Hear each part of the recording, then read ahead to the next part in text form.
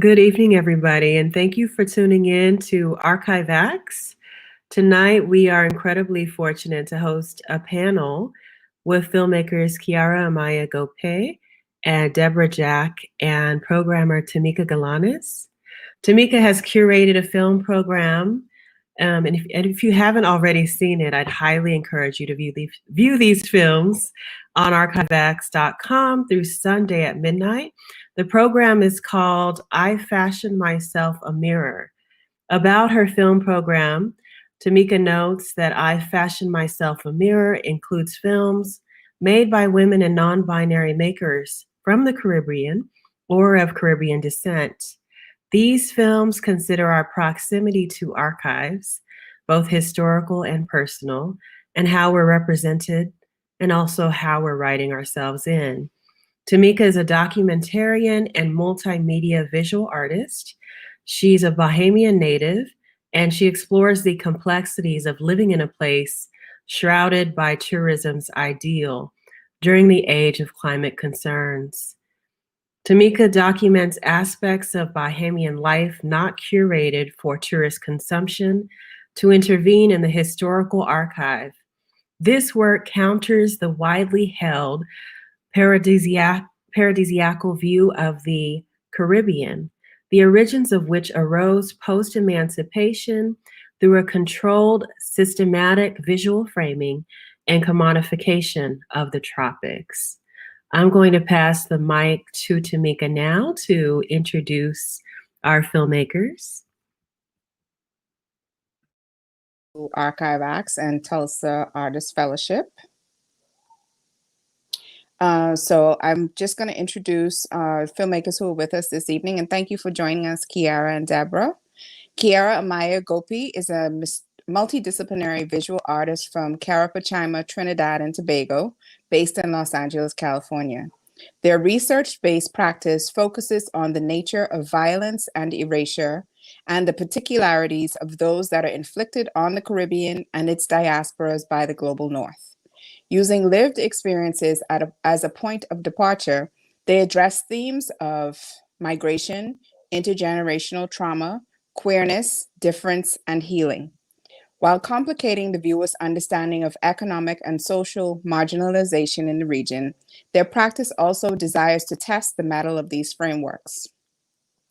Through their interventions, they aim to temper what we have known to be true with the potential of intuitive knowledges that have been historically cast aside in favor of Western assimilation.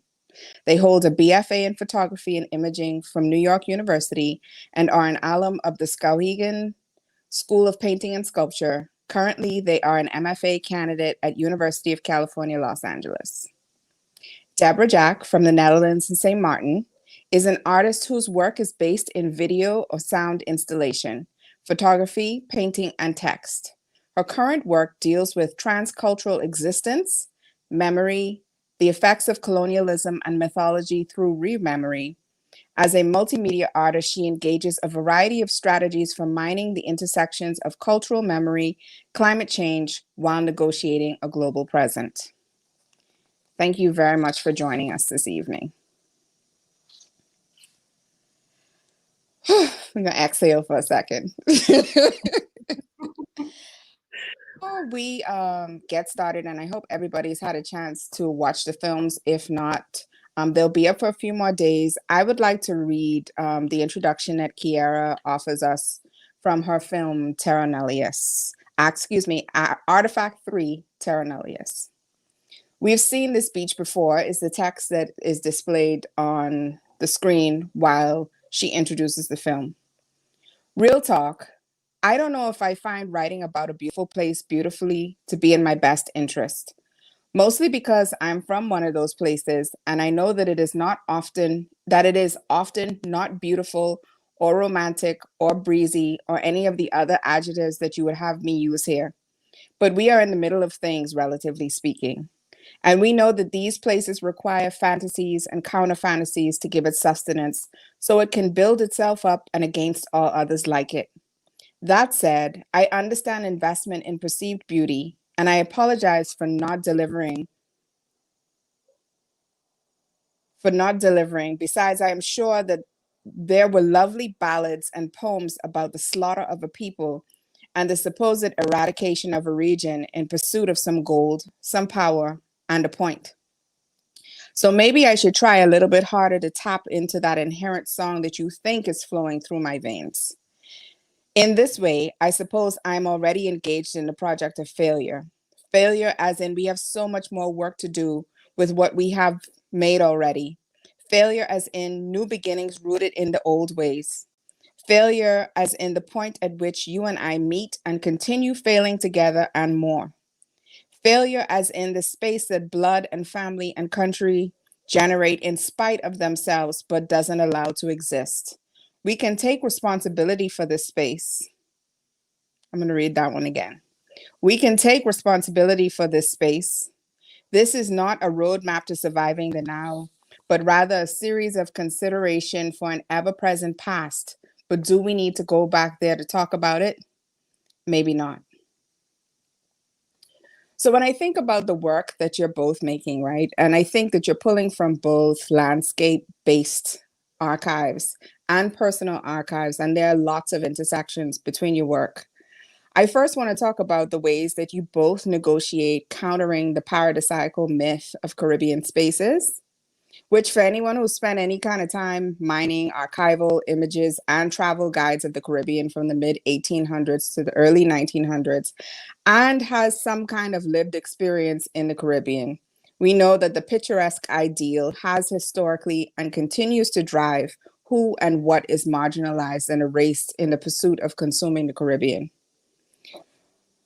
I'm trying to work my way personally through this dichotomy, right? This duality that this place is both beautiful beyond imagination and at times uglier than sin, but trying to articulate that there's much more at play than a place where people vacation, well, the rest of the world vacations, that there are real life socioeconomic issues that's breaking our necks.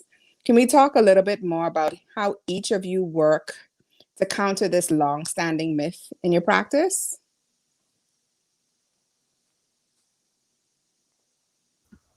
So in my practice, I feel as if I try my best to, well, when I'm working, I'm thinking also about accessibility at the same time, right? So a big thing that comes up too is like the issue of subtitling. And subtitling for me, like because I narrate everything that I do, and all my work, I'm very cognizant of the fact that all my work is being shown in the US and outside of the Caribbean for a myriad amount of reasons. When I am captioning, I'm captioning for me, for one thing. I'm captioning for me. I'm not captioning for the US. I'm not captioning for anywhere else. It's not to make sense of anything. It is to literally dictate what my voice is. Because a big thing that comes out when I'm talking about my work or when people view my work is that it gets like enclosed in this idea of what the Caribbean is in like the public international in like the international imagination. And so I try to combat that through writing, through text as much as possible, and really try to direct what I'm doing to the people that I'm making it for, essentially. So I kind of, I'm rude, but I know everything else. I'm just like, well, it's not for you. Well, well, you might have to look for something else.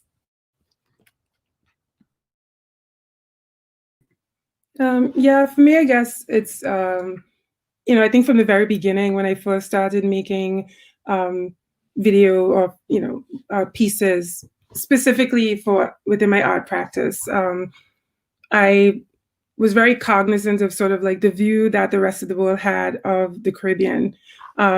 Before that, I'd had like sort of this career in sort of news and, being a camera person for news and different productions on my island, right? And so you're very much aware of the fact that the image of the Caribbean was one that was always meant to be sold in a way, right? You're always kind of being careful of how your space was viewed to the outside.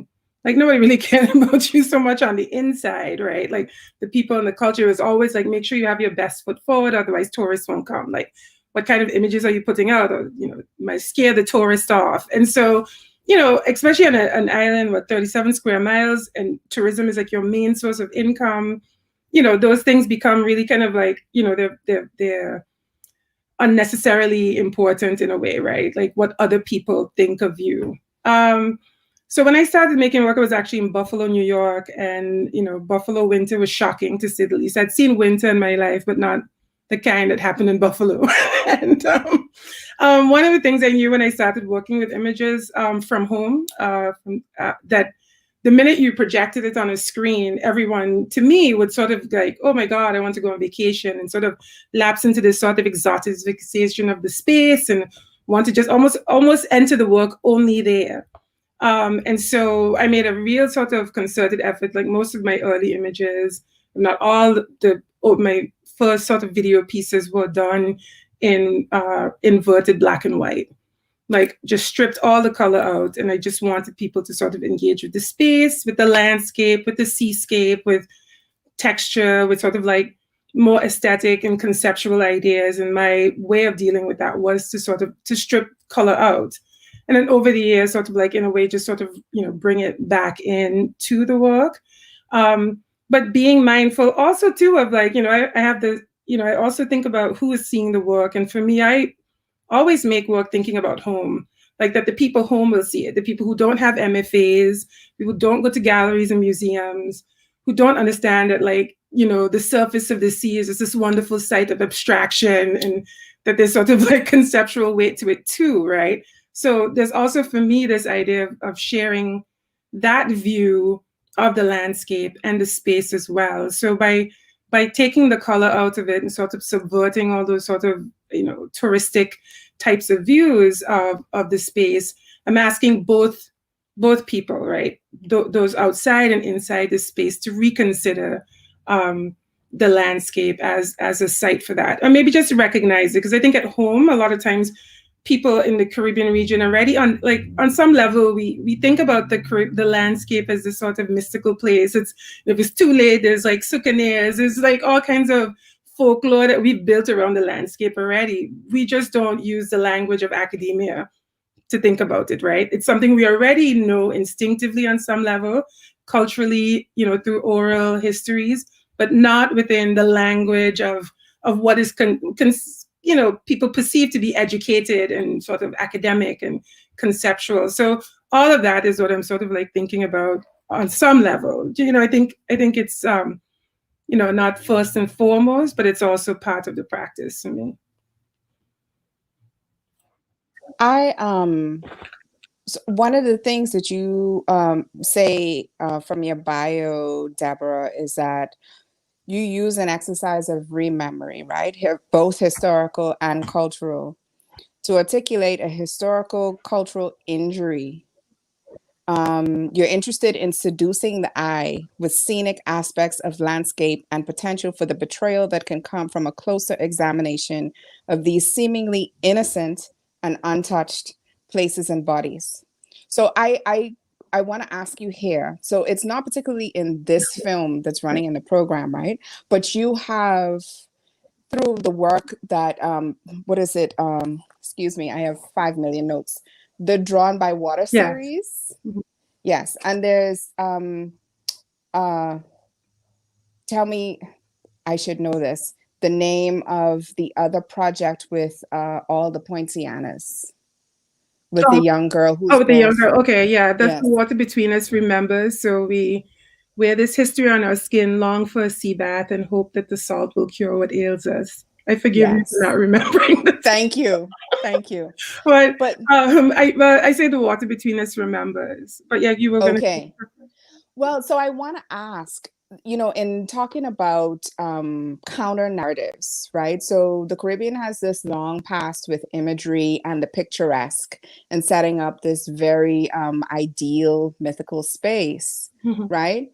And I know through your work, through language, through nuance, through a myriad of ways, you are countering that narrative, but the images are so beautiful. It's familiar, right? You're using the language of what these spaces look like to those of us throughout the region. I see your Poincianas and I recognize it. I see the young lady and I recognize it. I see the hillsides, I see the lush greenery and I recognize it. But these were tools that were made. How are you using these tools to counter that narrative? Well, in a way, it's kind of in a way a bit of a trickster approach, right? Because I know that I just always remember very early in my artistic career, like I really loved political art that was saying stuff that was really like, hard hitting. And, on one side to me, you had people who engaged with the work, who would see the work and be like, oh, like this is not what I came to art for, and dismiss it. But then I also felt like the people who thought they got it didn't engage with it either, right? They just sort of had this they were like, oh yeah, yes, I totally understand the horrors of slavery, terrible, and then move on, right? And and so to me, both groups didn't engage with the work, right? And so I wanted, on some level to create spaces, I think throughout all the work, to create spaces that would either allow people to stay, right, and sit with it for a minute. I use sound a lot of times to counteract the almost inescapable beauty, right, to a certain extent, right? But I use, so like in The Water Between Us Remembers, there are these sort of like dissonant chords that happen. There's like interruptions in the sound and in the singing that sound almost like a glitch, right? So that people would think, oh, I think something's wrong, like, and it interrupts. For me, I use it as a way to interrupt, and that sort of like, soothing or,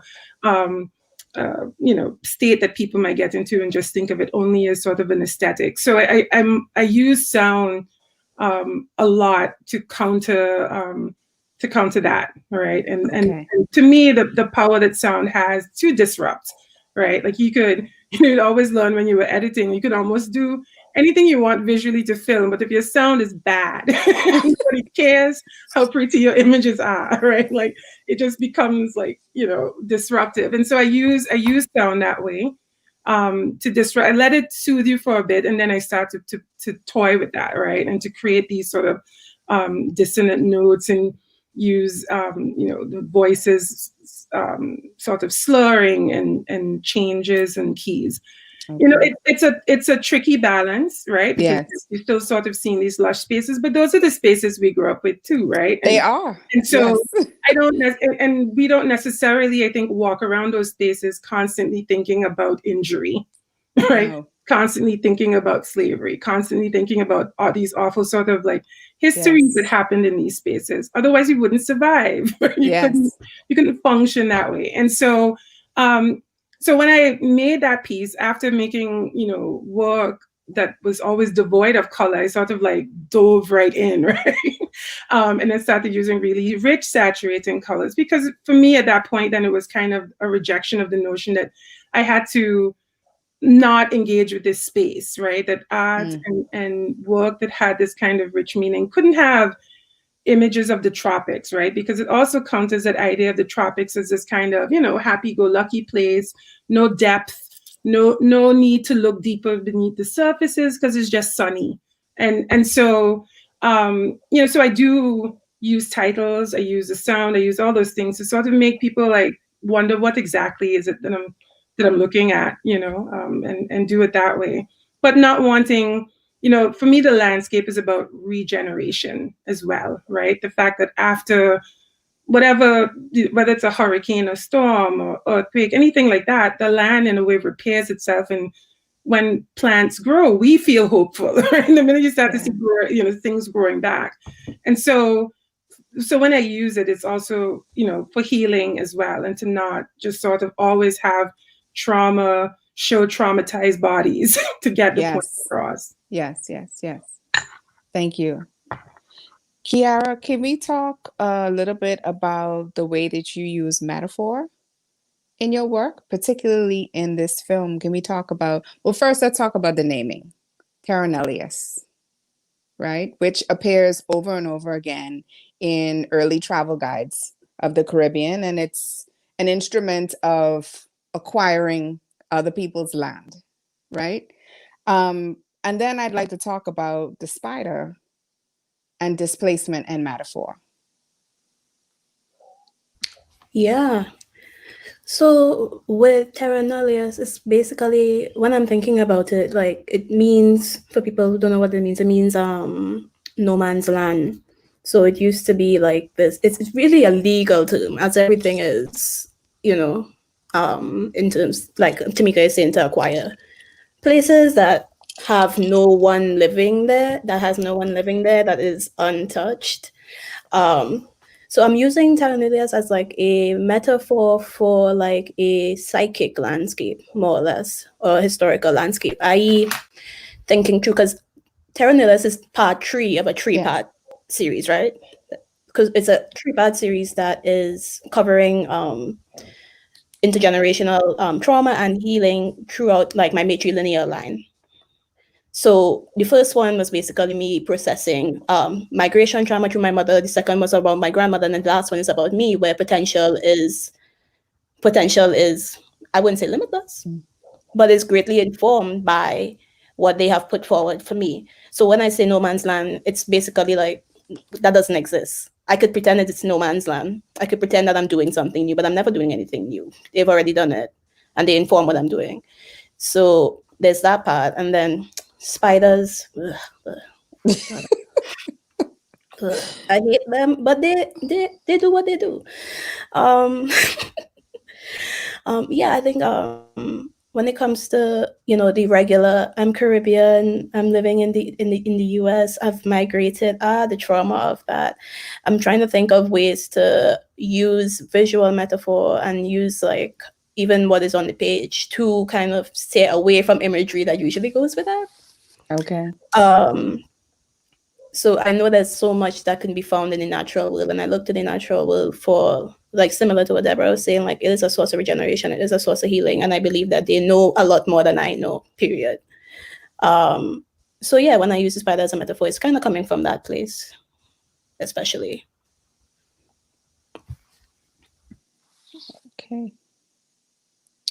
So one of the things that first jumped out at me, like almost immediately, Deborah, when I first saw myself, was I had a mirror, right? It was you, and you were singing the song that's been with me since the first time that I saw it, right? It's a song that I'm sure is familiar throughout the entire Caribbean. Brown skin girl, go home, mind your baby, right? But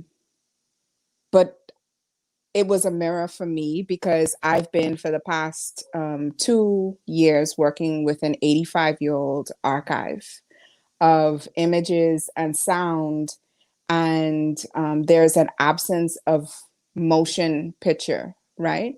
But when I saw myself, immediately, almost immediately, I was transported back to the voices in the archive that I'm working with, because I'd wanted so very many times to see the faces, to see the body language, excuse me, when I hear those folk tales and those folk songs.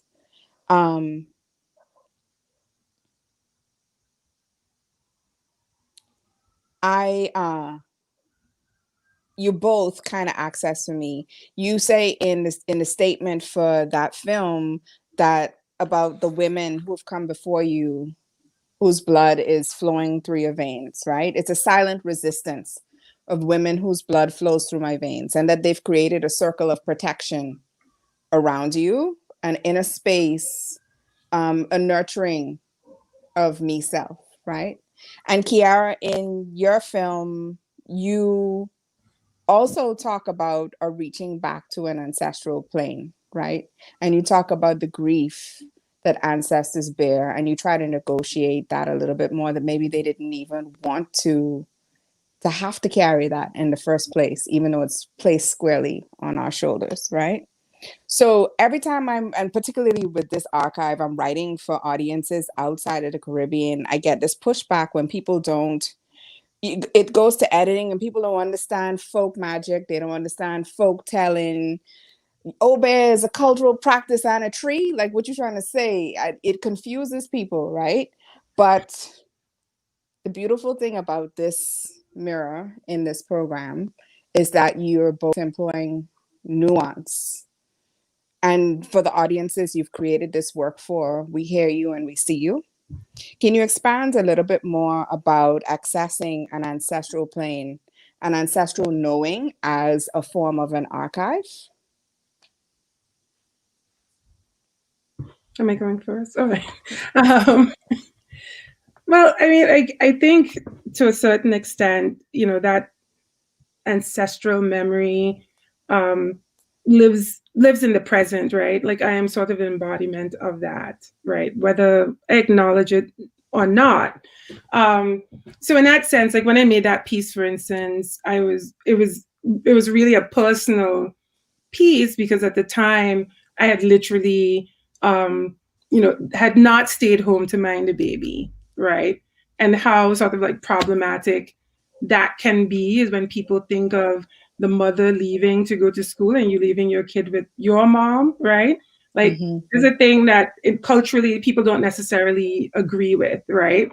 And so I write as well, and I remember writing a poem that dealt with the idea of mother lines, right? That had to do with this history of women in the Caribbean who have had to leave their children behind to make a better life, right? And then and that this was a circle that happened like in other cultures too, but like for me within the region, that idea of like you're going to the metropole to seek some sort of financial sort of stability or to better yourself, and then sort of bringing your child after, right? That is something that's an experience that a lot of Caribbean people of a certain generation have, I think. And so, and even now it still happens, I think, because there's a sort of, there's a freedom that it sort of gives you in a way to be able to make certain moves, because we know how the lack of community in a way that exists when you come to these cities, right?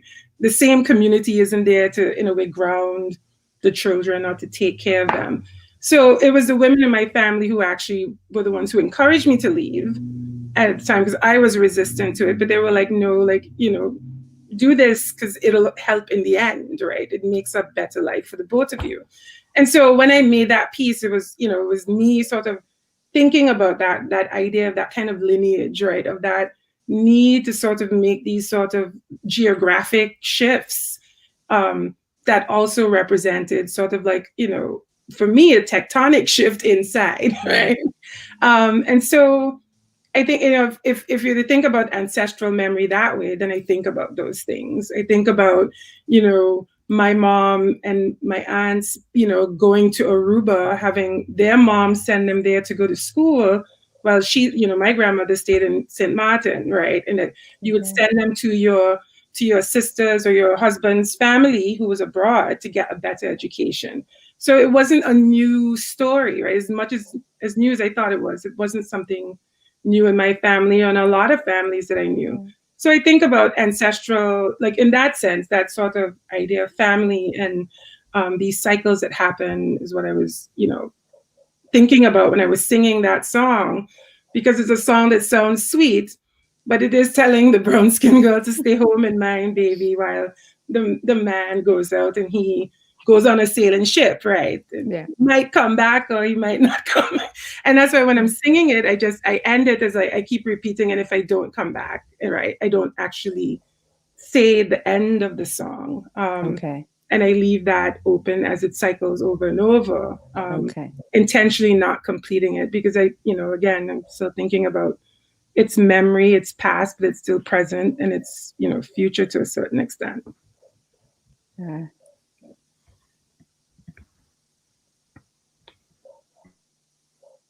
You're muted. You still muted, babe. Oh, Thank you. My bad. There's a fly in here, so I was fighting it at the same time. Look.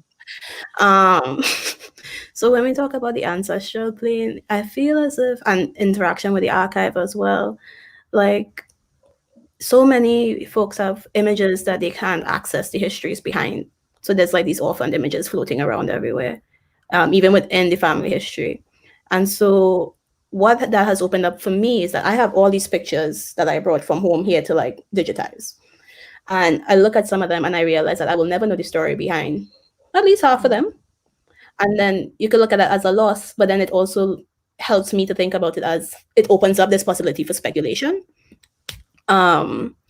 So I'm looking back, I'm taking the evidence that I have and trying to build upon it and doing this sort of trial and error to see whether or not this is the story that was being told here, or whether or not I'm interpreting this the right way, and keep shooting until I hit somewhere that feels like it's spiritually in line with what is what I'm trying to achieve.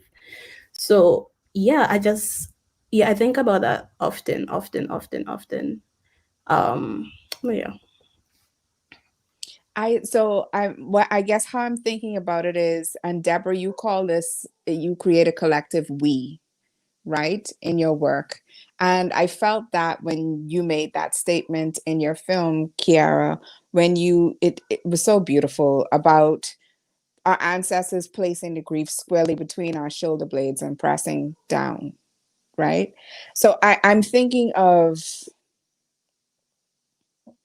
a quite literal accessing of ancestral voice through intuition and ancestral knowing that I'm thinking of in your work as an archive. Do you also think of it as an archive? Oh yeah, definitely. So I feel like my work is like the log for trial and error for that communication, for like when I receive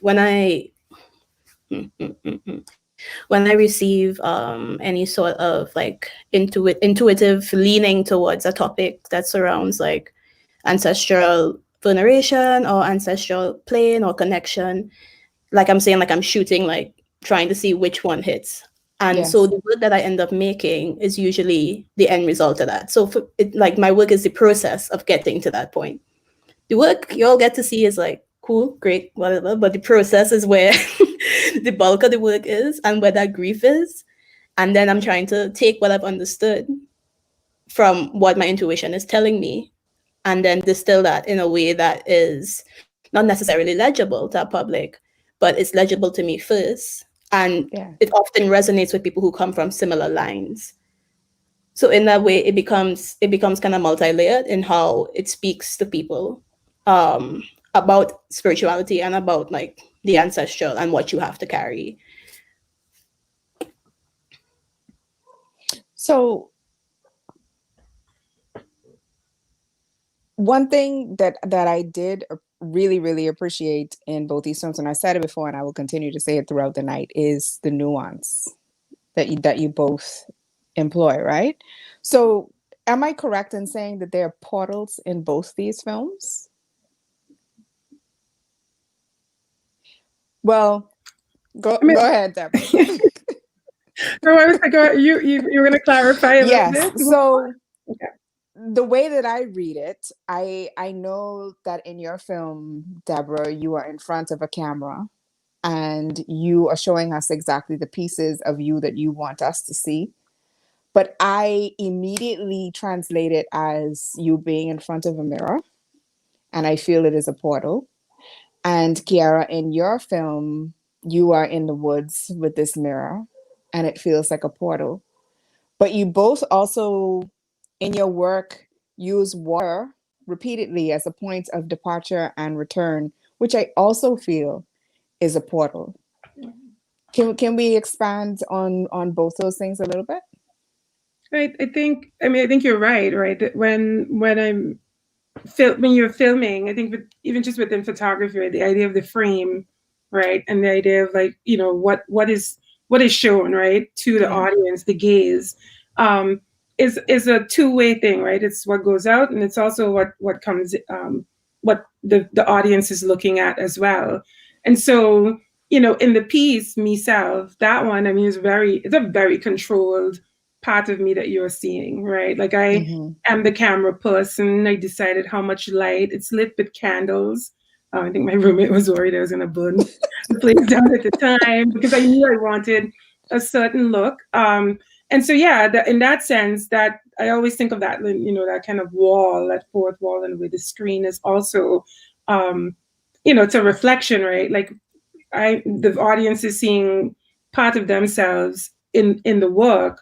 My consideration of the audience is in the edit, and right, in a way, in terms of what I allow you to see when you see it and how it's structured.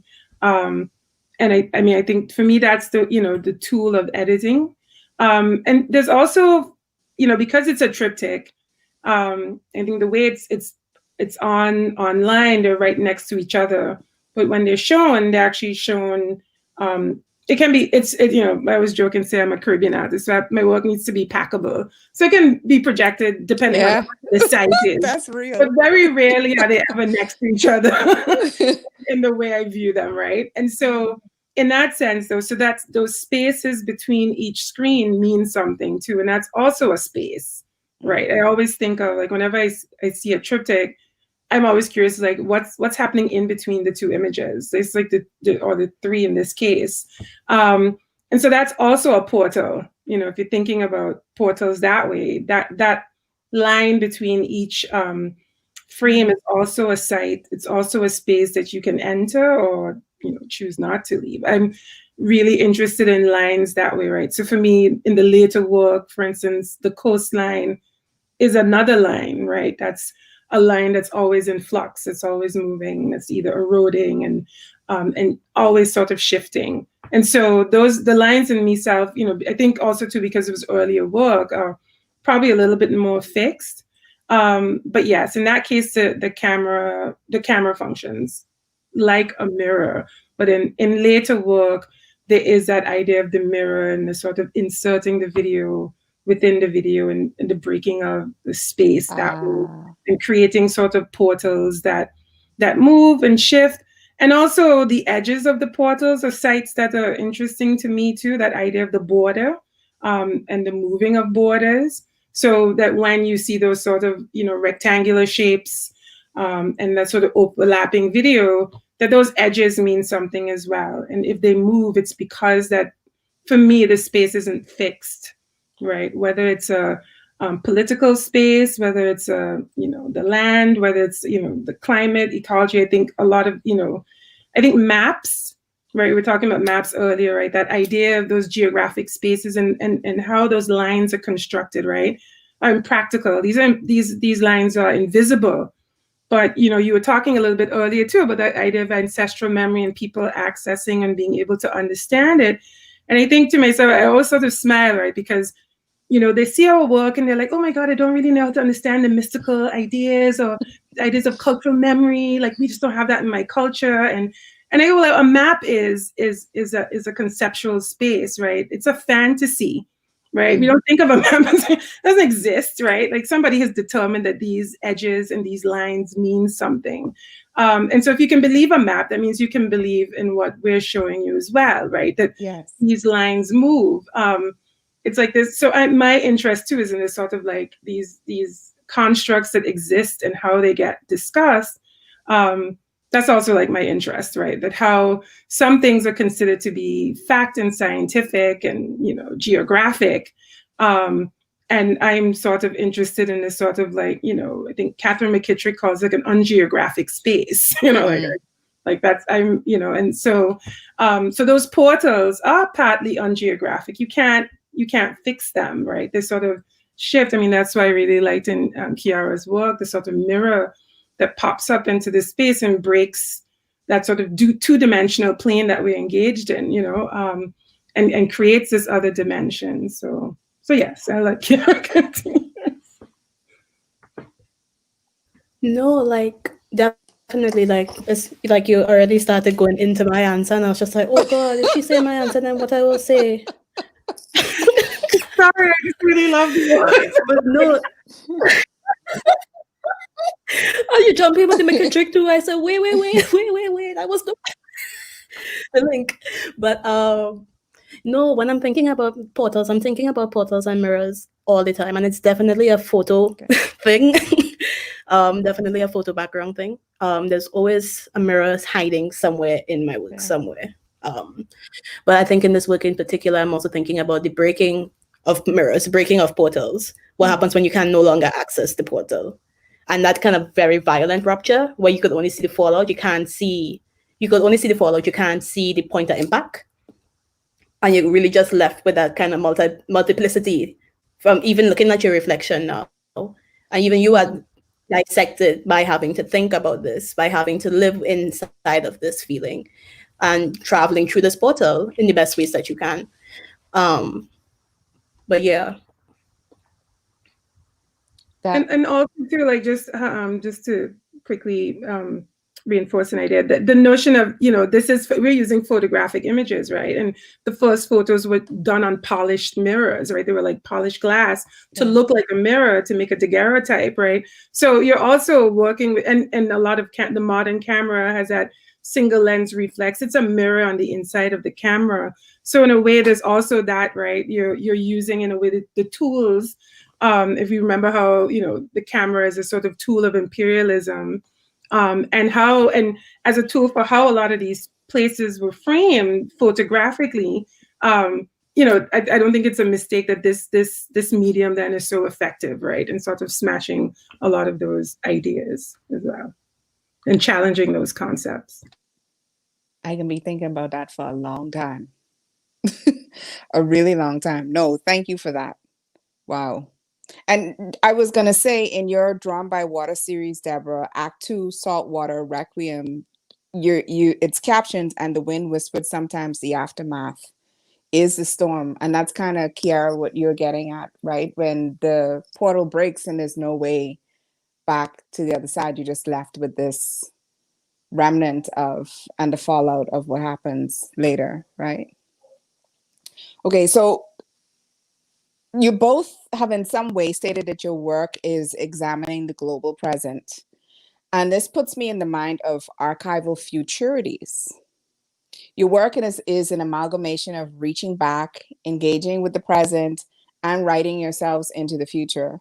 Is that a consideration when you're making? Or is that just a byproduct, a subconscious byproduct? For those, especially for those of us from the Caribbean, where mortality based upon climate crisis is a real-time consideration right now. Are you working towards an archive of the future, or is that a happy accident? Go ahead, Deborah. You go.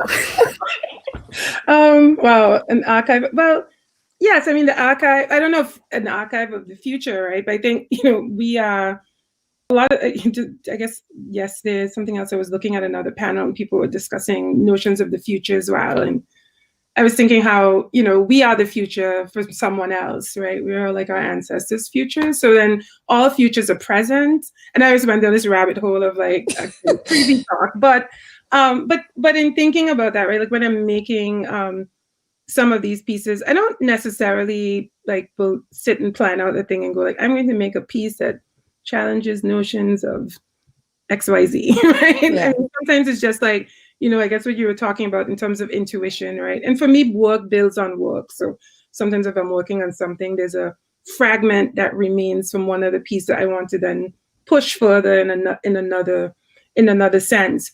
But when I was making work very early on in my artistic career, I think I made it a point about, for me, it was about creating artifacts for the future, right? Creating a new image bank, so to speak. And so I was interested in a sort of archaeology of images that I couldn't access, that I couldn't find when I was, I was a history buff as a kid, now through my teen years. And, you couldn't really access a lot of that. And especially for smaller islands where we don't have these archives. Cuba has an archive, I think Jamaica has an archive, these larger islands, there's a sense of preservation of some of those things. And St. Martin didn't really have a lot of that then. Now there's much more work in that area, but when I was growing up, not.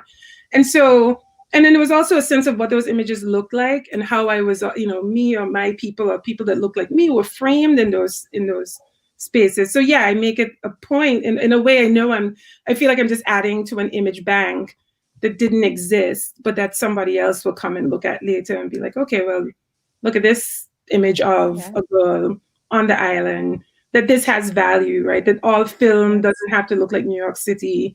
All film doesn't have to look like a European street.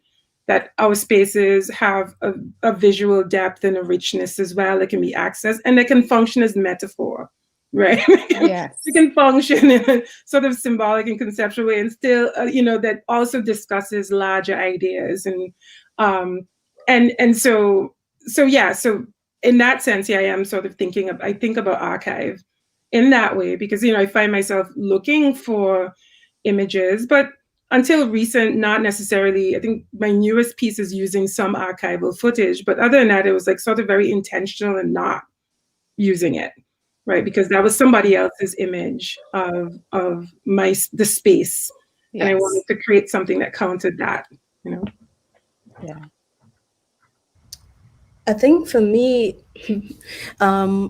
it's funny because what my practice is turning into, what I'm looking at often is, okay, people say art has all this power to do X, Y, Z, but I want to look into the power of art as something that is suggestive, something that makes sure that you receive this through subtle reprogramming or something is happening. So when we talk about like future archives, I'm implying a lot often through my work and newer work as well that, you know, there's some sort of agency in terms of generating these archives to like the audience or the viewer. So I'm thinking about, because it took me a while to reconcile that, because I was just like, damn, y'all can't just say art is good and then what I know it's not just good. What else can I do? But it's really about suggesting futures for people, for me. Suggesting potential, suggesting strategies, suggesting methods of coping with what we have and ways of building new things. And that includes the archive inherently, because you have to look back to kind of start even working on what I'm suggesting to you. It's also like this matter of like collectivity that is happening as well, where everything I make is also part of a, like, it turns into a bigger and bigger production every time, but it's like definitely like a team effort. Everything I make is a team effort. So it's something about creating an archive in community with people and how that archive could be shaped and molded by individual input and how that becomes like whatever it's talking about, a we, you know? So definitely suggestive, collective, archival futures. Very sneaky, but not very sneaky. Yeah. Thank you both for all of that. So many things to be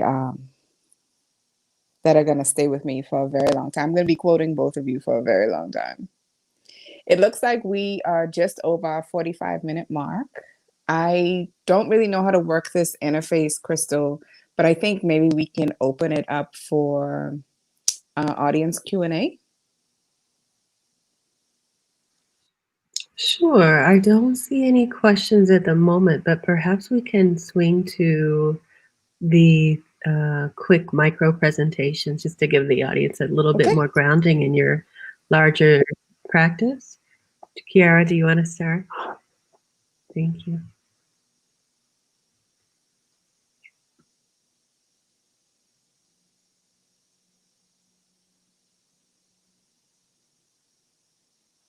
You're muted. You're muted.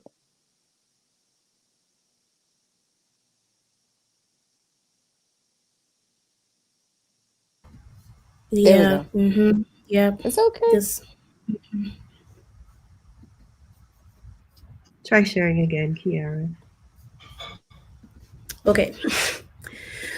So this is basically the greatest thing I've made in grad school thus far, which is basically this chart that kind of summarizes my practice, because it gets so wide sometimes and people are just like, what, does this make sense at all? And I'm just like, yeah, it does make sense. So I had to make like a Venn diagram to kind of clear that up. So my practice kind of operates in 3 spheres as is. So it's like, there's an art section, there's a data section, and there's like a pseudo organizing section. I don't consider myself an organizer, but I lean into that often. So all of these methods are ways of processing like old post-colonial violence, trademark. So I'm dealing with it through art in a very like, through my art, I'm thinking about it in the most intuitive way, the most effective way. It's where I do my research on the past, present, and future of this violence. And it's also how I think about the archive and how this work is going to be stored and how I kind of work that into how the work is presented in and of itself. Like, will a work be destroyed after I'm showing it? Can this work be modular? Can it turn into something else in a different place? How can I make this accessible in a variety of places? And that kind of overlaps with data in a way where I do a lot of work about pedagogy and thinking about teaching, which is really a very new terrain for me. But on the other side, I think about how people access archives and how they feel about archives, what agency they feel they have over an archive and their responsibility to it. So in a very basic way, like I work a lot with I'm having a little bit of difficulty hearing you. Ooh, really? You hear me now? You hear me better now? You hear me now? Hello?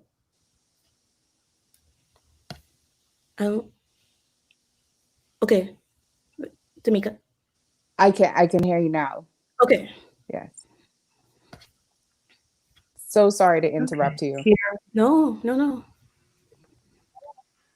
Kearra, Yep. do you want to reshare that? I'm sorry. Thank you.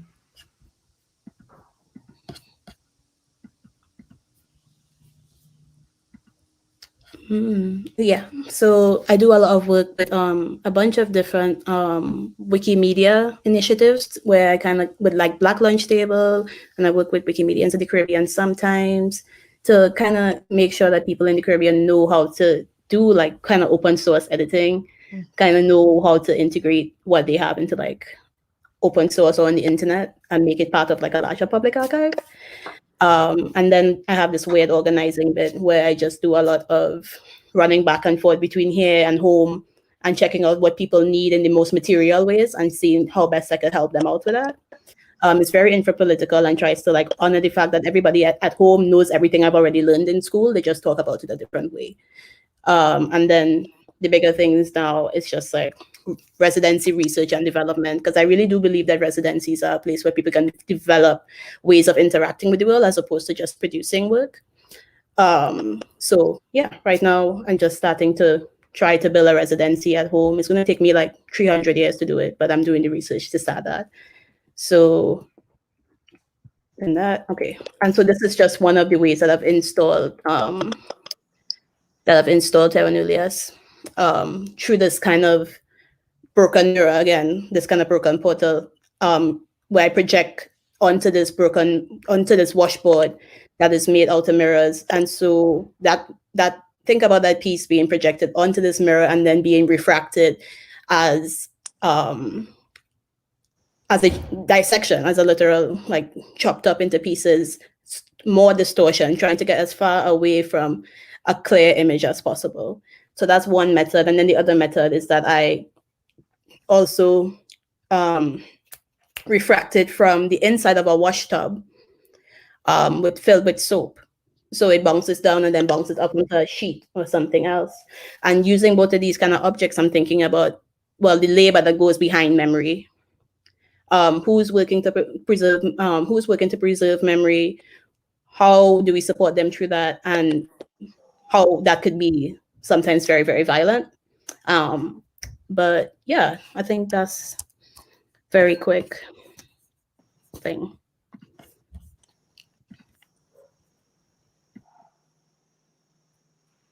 I'm so intrigued by that washboard made of mirrors. Oh my goodness. Deborah, you ready? Yes. Let's see. Okay. Can you see my screen? Okay, good. So just really in a short way. So the film that is now being screened, I'm not showing that, but usually when I do make most of the my film work is done thinking about installation. So it's usually multi-screen films. So it's usually 2 or 3, in some cases 4 screens at the same time. You know, for me, it has to do with this idea of not necessarily dealing with a non-linear approach to looking at films and filmmaking, which is sort of the way I grew up seeing films. But I was really intrigued with this idea of multiple screens and sort of showing the work. And so this is a quick video piece from The Water Between Us Remembers. And so this was, you know, a combination of color and black and white, and sort of again using this sort of imagery with the lush landscape. And there's some sound. Let me just, I don't know if you can hear the sound. Can you hear that? Yes.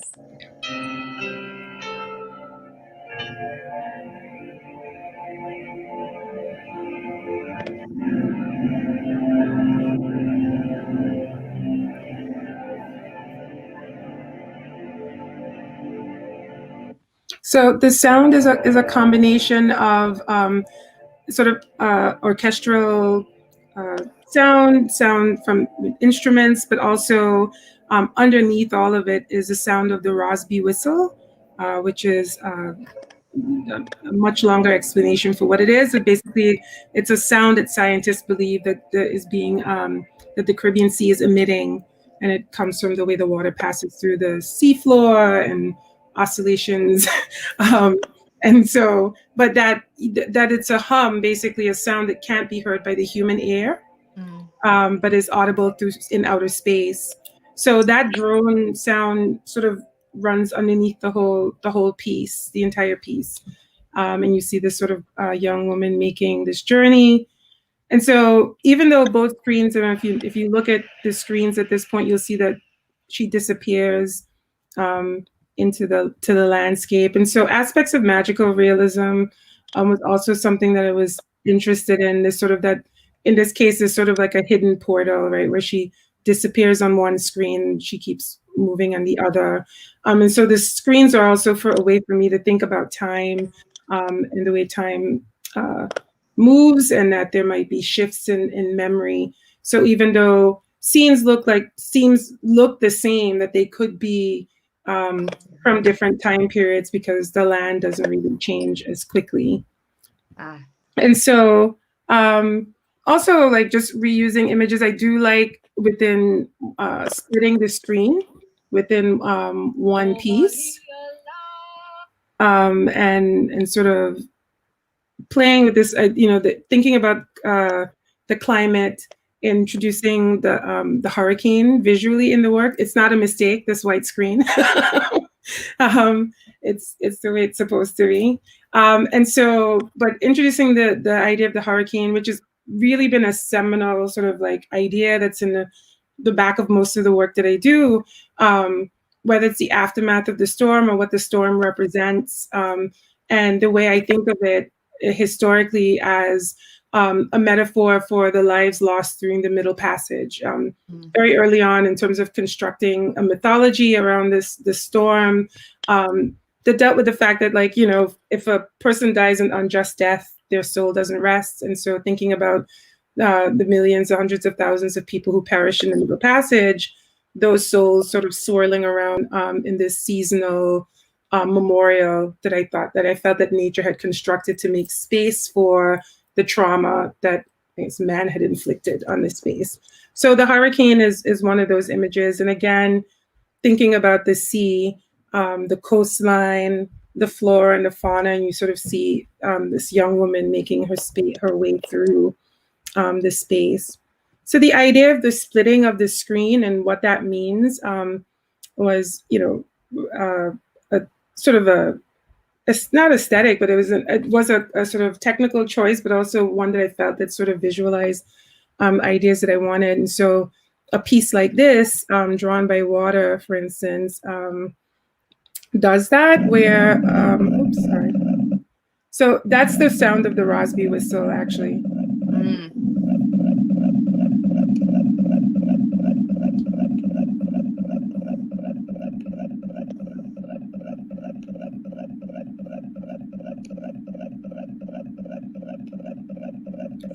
And so in this piece is I think not the first time that I use it, but it was the first time I used it really aggressively, because I felt it wasn't, it's a sound that gets under my skin to be able to sit in the space where this is sort of happening is a certain amount of willpower that it requires. But then you're sort of also seeing these sort of soothing images of the water and the coastline and the shoreline, and then sort of bringing in these blocks of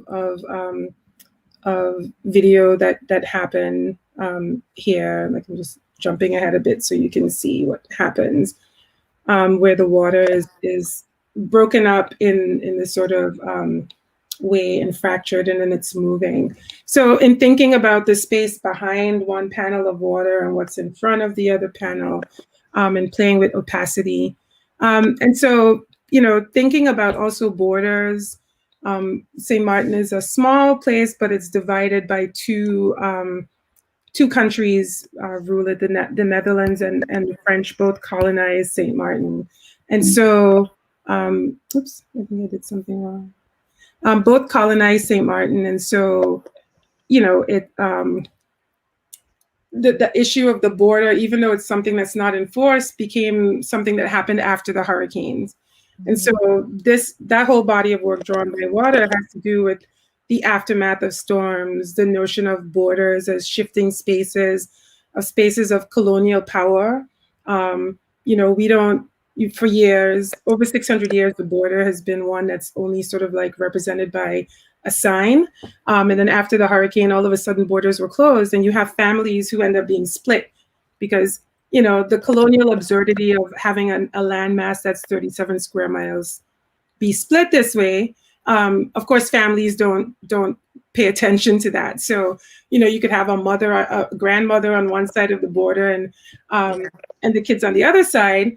And it was okay because you could just traverse without any issues. But then after the storm, the French government and the Dutch government, you know, tried to close the border. And people were not happy. So, but that idea of that kind of colonial overreach was really interesting to me as an aftermath of storms as well, you know. And so, you know, that idea of the border being something that was flexible or move or actually impractical, right? The idea of putting a hard edge on something as organic as water is also, while it's kind of lovely to look at, is also a kind of an exercise in futility and thinking about those like ungeographic spaces. This is so the hurricane season of 2017. Yeah, that one was it's in response to that. Okay. Yeah, because we had been hit by, I think Puerto Rico had Maria, and we had Irma, Maria, and Jose. Yeah.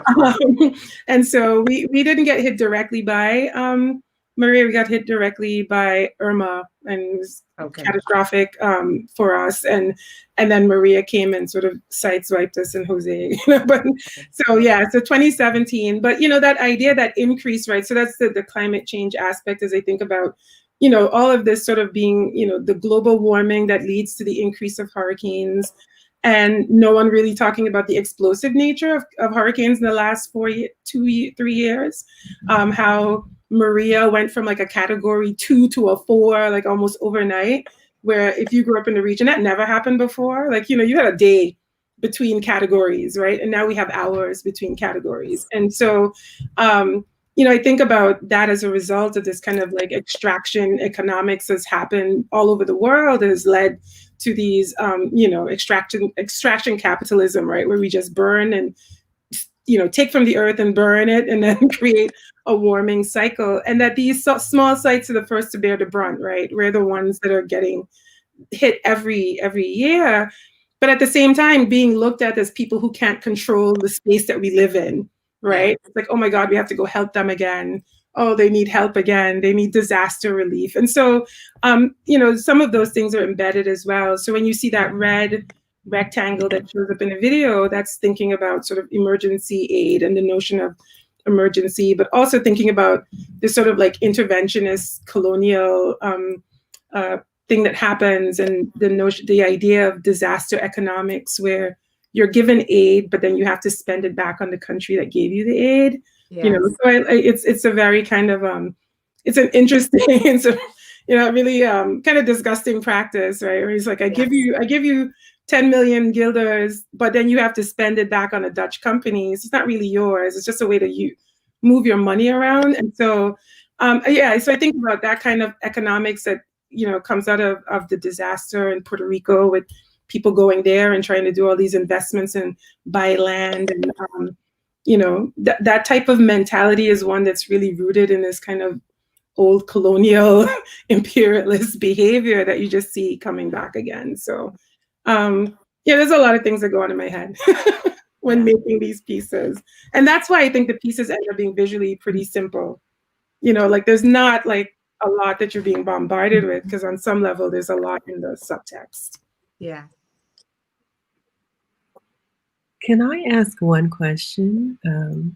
I was so curious about, Kearra, the beginning of your work, in sort of resisting a certain photographic image, but leaving it at text for a while, and, you know, saying that we've seen this before, right? We've seen this before, we've seen this before. So we're sort of forced to sort of imagine or recall the images that we have seen before. And then Deborah, in the way that you were talking about sort of wanting to leave out color and not make it so lush at some point in your practice. I was curious about these modes of sort of resistance, but I'm wondering if they are actually more in the realm of repair than resistance, or how you're seeing those strategies. I mean, for me, it can be both. It can be repair and resistance.